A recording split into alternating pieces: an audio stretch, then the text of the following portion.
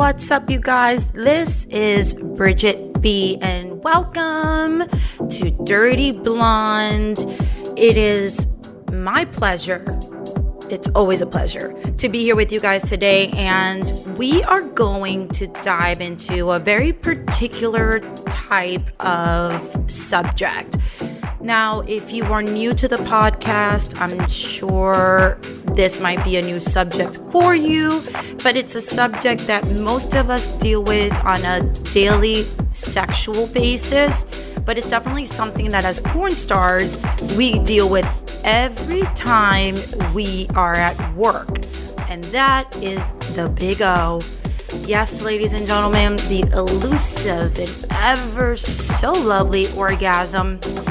Something that when Harry Met Sally with Meg Ryan made very popular, something that even watching porn nowadays can give people the wrong impression, especially if they're not getting educated, as we can say, on the matter. But this is what I'm here for.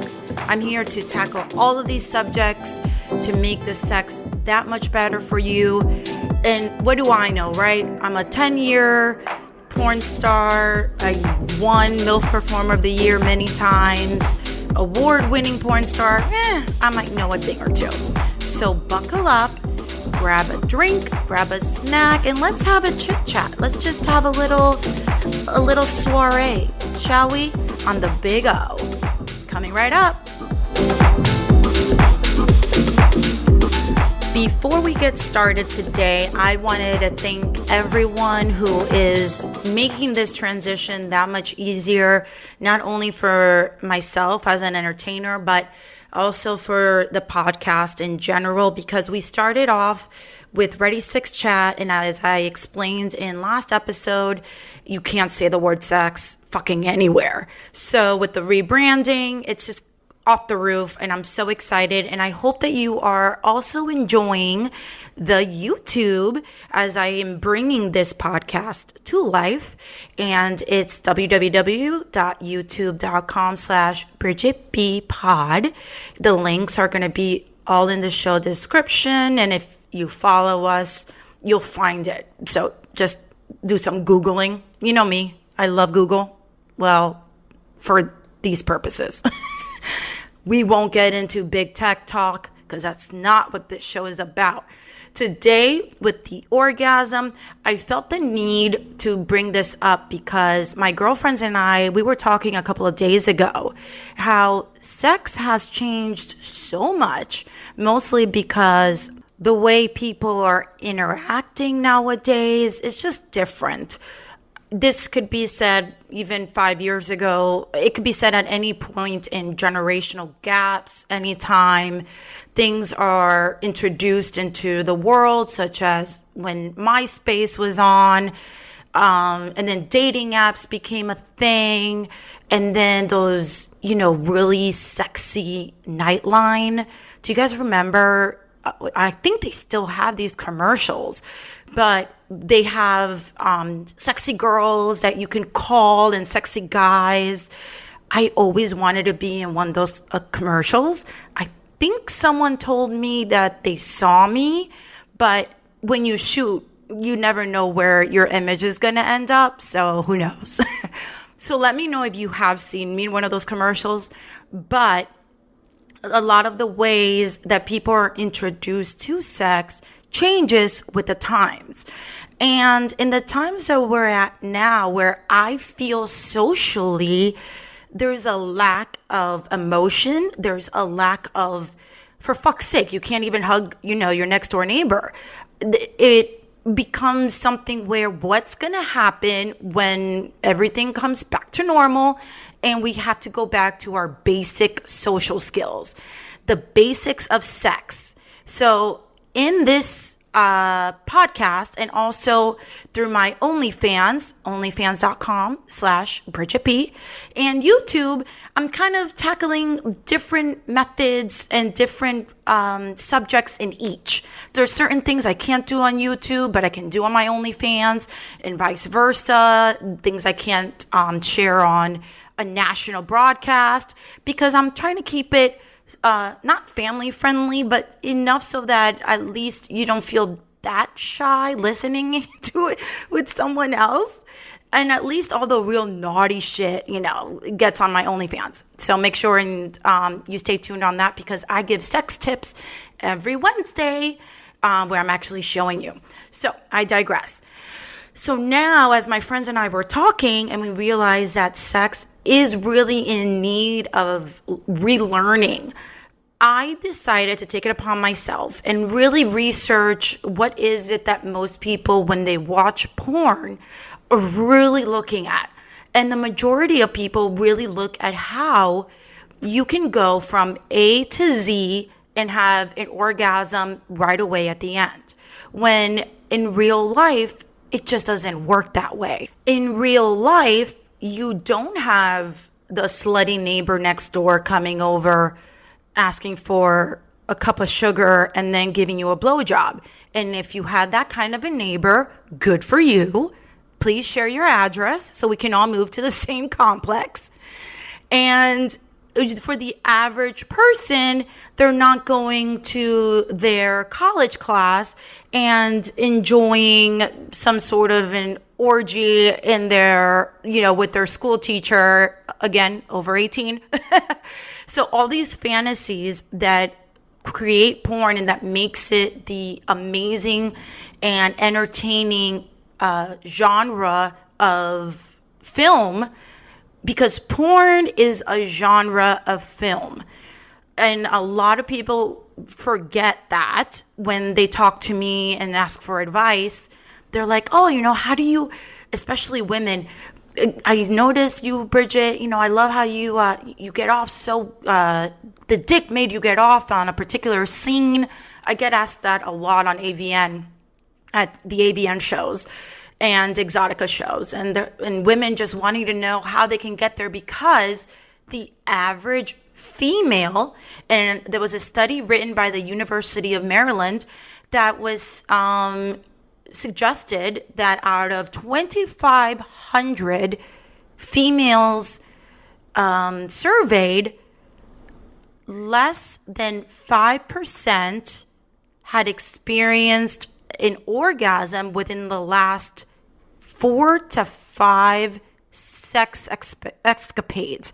So it was a very specific, so that means like 1 out of X amount, right? So 1 out of maybe 2 or 3 females within the whole study had experienced an orgasm during the last 2 times that they had sex. And the study had other times, but I just focused on the last, 1 or 2 times that they had sex. And I was like, holy shit. Now, why is that? And they were talking because now dating has become so virtually obsolete that so many men have kind of forgotten the basics. And I'm going to begin with the show stating that this is my experience. This is a Bridgette B experience from a heterosexual point of view. There is lesbian sex, there is gay sex, there is all these kinds of sex, but what I know for, what I can speak on as my own experiences as a full natural woman having sex with a natural man. So spare me the logistics, spare me, the XYZ of what could be. I don't know. None of my business. I'm just going to talk about man and woman. So a lot of these tips hopefully will make anyone who listens, anyone who sees the OnlyFans show or on YouTube, I'm going to share my personal experience And you can catch that on the YouTube show. And here we focus on what happens on set. I don't know about you, but one of the things that helped me throughout my days and really throughout life is tackling really big tasks, really big subjects, really big issues, really big problems, and kind of bringing them down to their basic level. So on a 24-hour day, instead of really, wanting to pull my hair out because I don't have enough time in the day, I really tackle each hour and each minute so that I can be as productive as possible. And I like to take that into as many subjects as possible because it's helped me. It's really been geared towards my own personal success. So when I tackle subjects like an orgasm, I like to take it down to its basic function, to its basic natural, what is it? And why is it that the female doesn't reach it? And why, et cetera, et cetera. So I finally figured out a nice, concise, and simple way of describing why it is that a potential female won't reach her orgasm. And it's usually one of the three things: expectation, communication, and method. I really think that from my experience on set, take it into my private life, that these three topics tends, when one is missing, or when one's better than the other, or when none of them are there, or when all of them are there, can really be the make it or break it of that orgasm. So let's tackle each one individually and let's see what we can come up with at the end.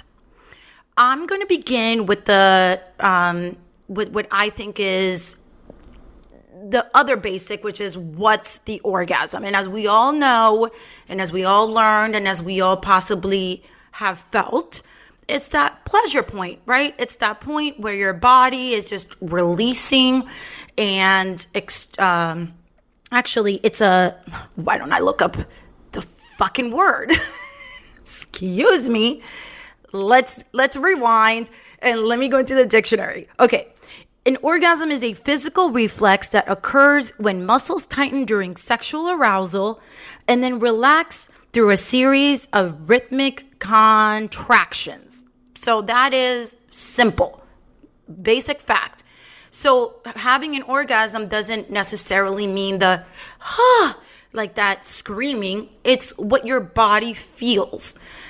Once we have that in our hand and we realize, wow, so if an orgasm is what the body feels in its basic term, then what are the different types of orgasms? Well, we can go on for days, but the basics are the clitoral, the vaginal, anal, a combo, and then the erogenous zones.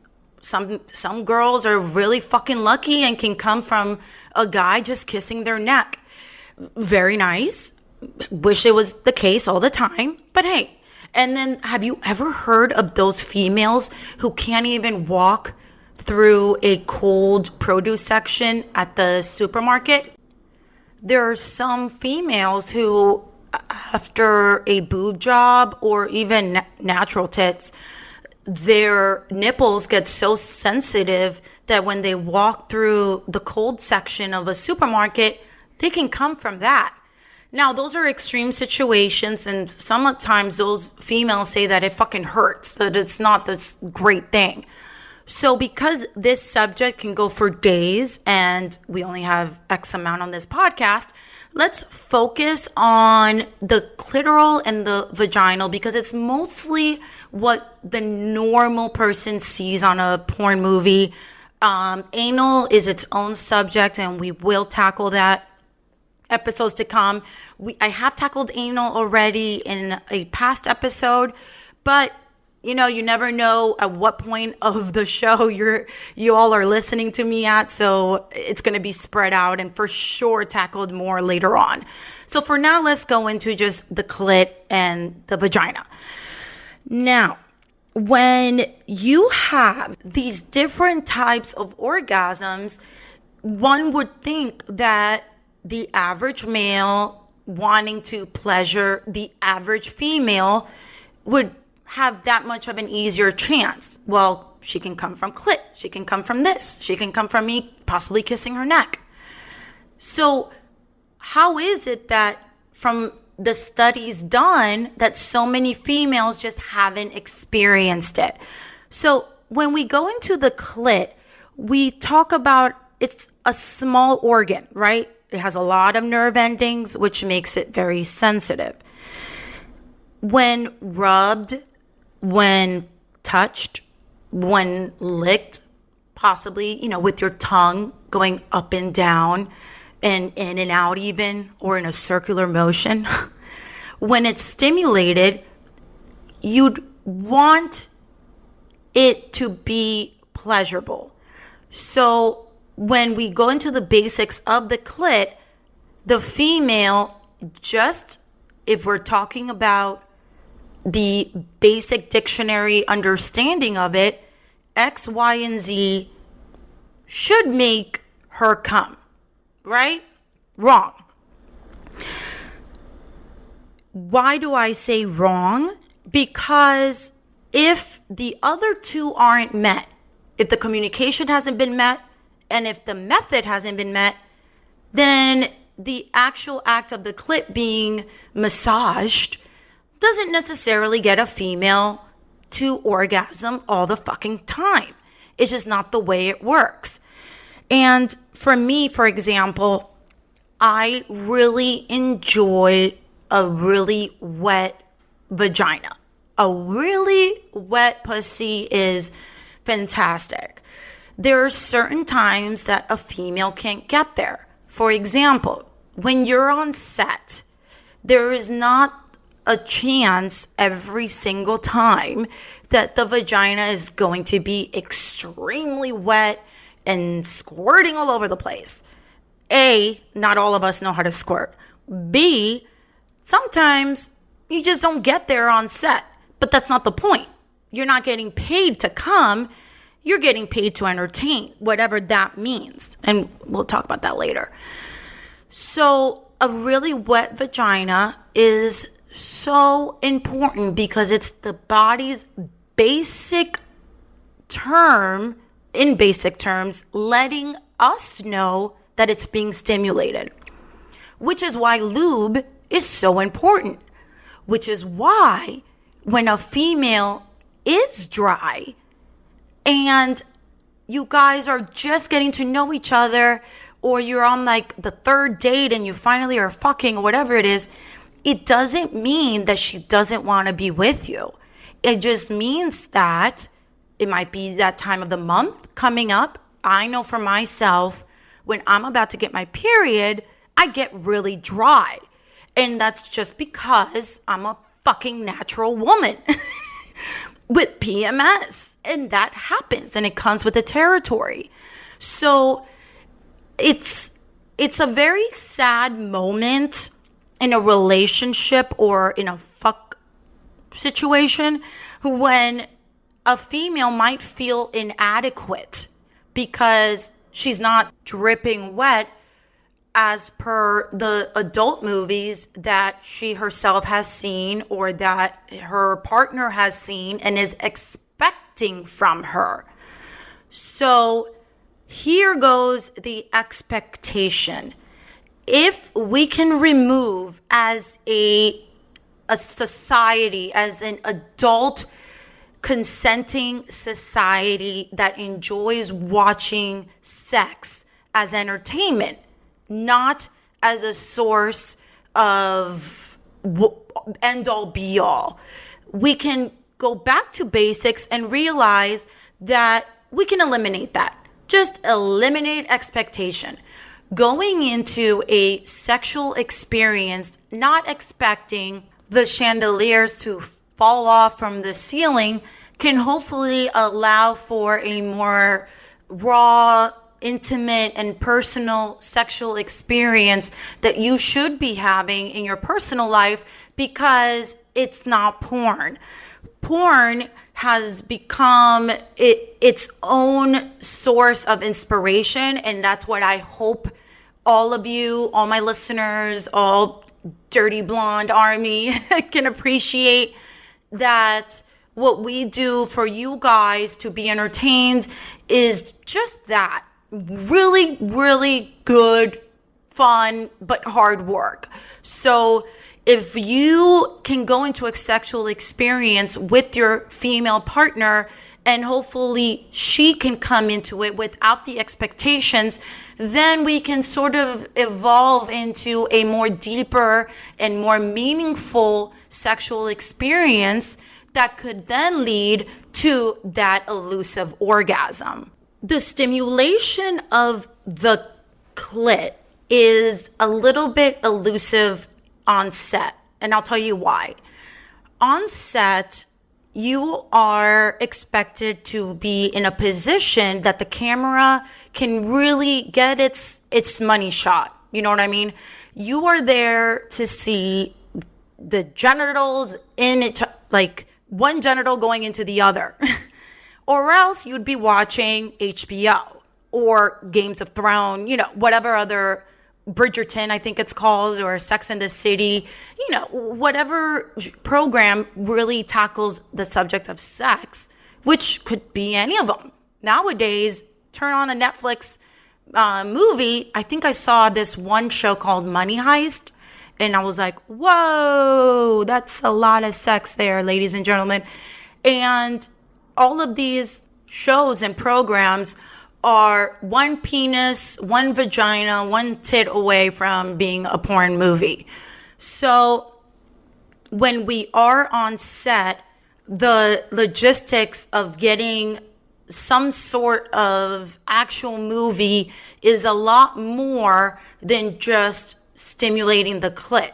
Obviously, we have to get to doggy style, we have to get to missionary, we have to get to blowjob, we have to get to titty fuck. So you only have X amount of time to spend on each position.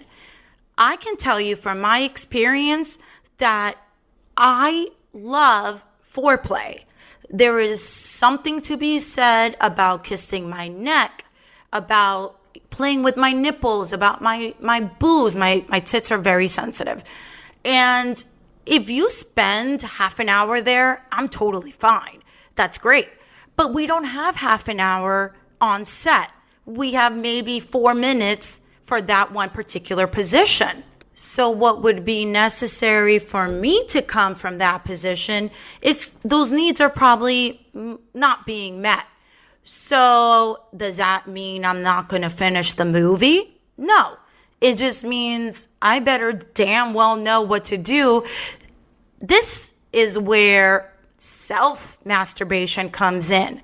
And if you head on to my OnlyFans live, by the time you listen to this podcast, it'll be live. I will show exactly what I do to myself to make myself come.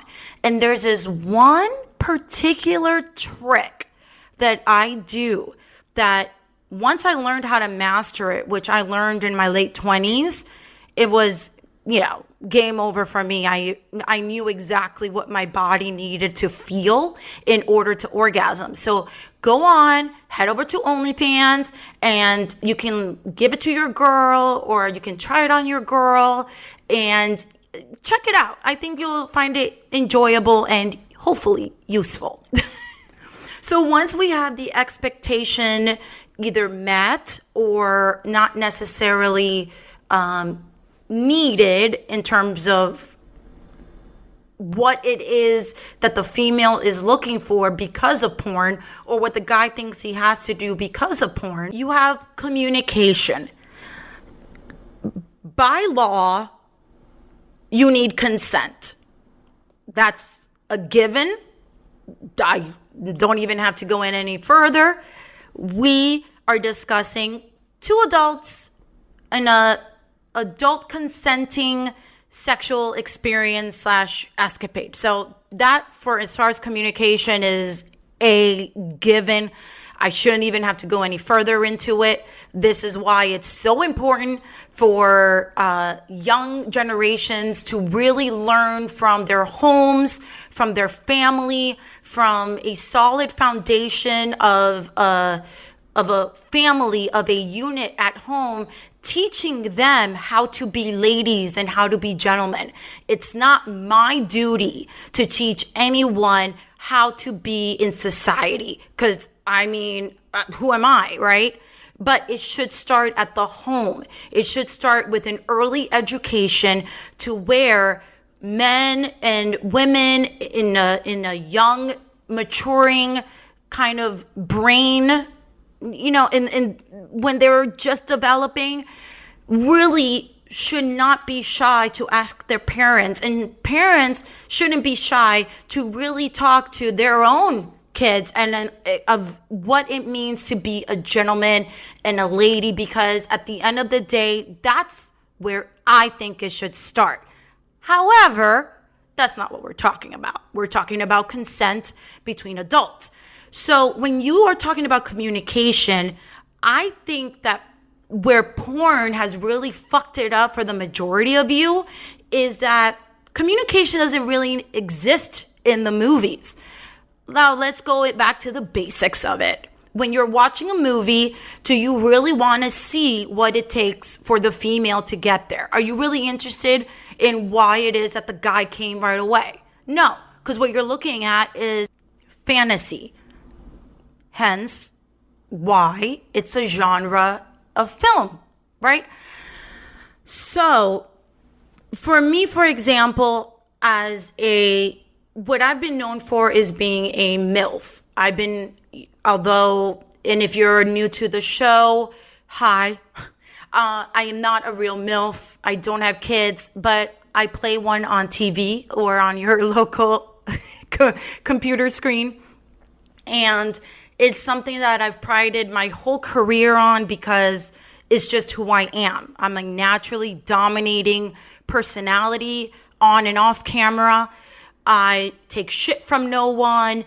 I expect the respect that I give to receive, the basics of my personality. But that's not what I'm not being paid to be myself on camera. I'm being paid to be Bridgette B. However, I happen to meld and mesh my real personality with what I play on camera, because from very early on, when I realized that I was going to come into the adult industry, not only on my terms, but I'm going to kick motherfucking ass. I knew that if I got into this industry, it was not only end all be all, because, well, let's face it, it's not easy. It's a fun job. I'm so blessed and I'm so grateful for the career that I've obtained, but it's been through a lot of hard work. And when I realized that in daily, everyday life, porn isn't looked at very favorably, I realized that I was going to have to kill this game for my own sake. Not what anyone else thinks of me, not what anyone else thought of my work, that I was going to go into every performance giving it my best, that I was going to give my performances the respect that it deserves, because it's who I am as a person. So naturally, Bridgette B became that as well.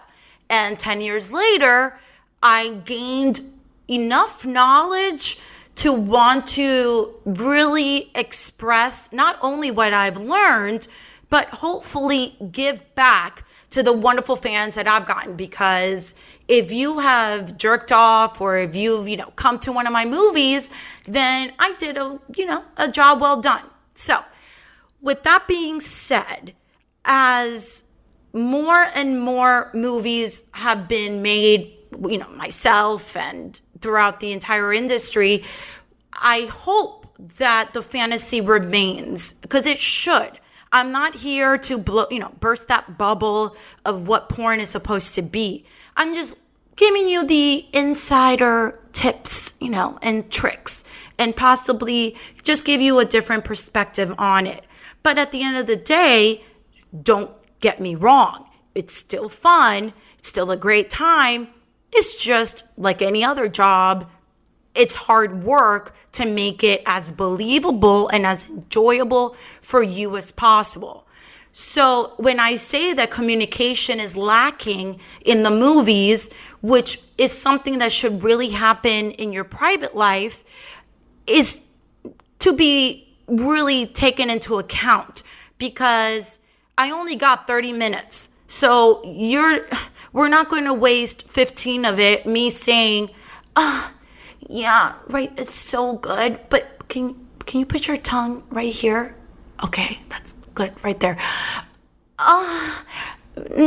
No, can you put your tongue there? I said no, motherfucker, put your tongue.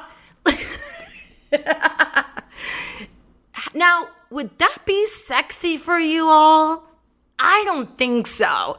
And if it ends up that we're doing that, it's getting cut out. The editors are for sure cutting it off, because the porn that you're watching is really the culmination of all three of these aspects being met: expectation, communication, and then method. So here we go. So the method between a clit and a vaginal stimulation can vary as much as how big the dick is, where her urethra is located, where her vaginal wall, is it thick? Is it thin? Does she lubricate herself? Does she need help? Does she need lube? What is she thinking about that at that particular moment? Does she have bills to pay? Oof, that's another one. Oh, ladies and gentlemen, the female brain, and again, I'm talking about myself as a natural born woman, gets very emotional. And for the basics of it, when I am on set, not only am I thinking about, fuck, Bridgette, how are you going to kill it today? How are you going to give your fans and the company that hired you the best performance that you can give? Which is why I really truly think I have that legacy in the industry, or at least that reputation, that when I get booked or when I go to work, I give 110%. If I don't, I haven't done my job, and it's not fair to me. It's not fair to you, the viewer, the fan, and it's not fair to the company that hired me, because there's 20 girls behind me waiting to take my spot. I am not giving my spot away freely over my fucking dead body. The work that I put in as an entertainer is something that I value, is something that I cherish, and it's something that it's my magic. You know what I mean? And it's something that no one can take away from me. People can say what they want about my new tits. People can say what they want about me losing weight. People can say what they want about me being a brunette. But who I am as a performer cannot be taken away from me. Much like you listening to me right now, that hopefully if you can just grow into the person that you want to be, then fuck everyone else, right? So in comes what I'm learning on set and what I've learned as a performer. And one of the bigger subjects that is something that can possibly be taught is method.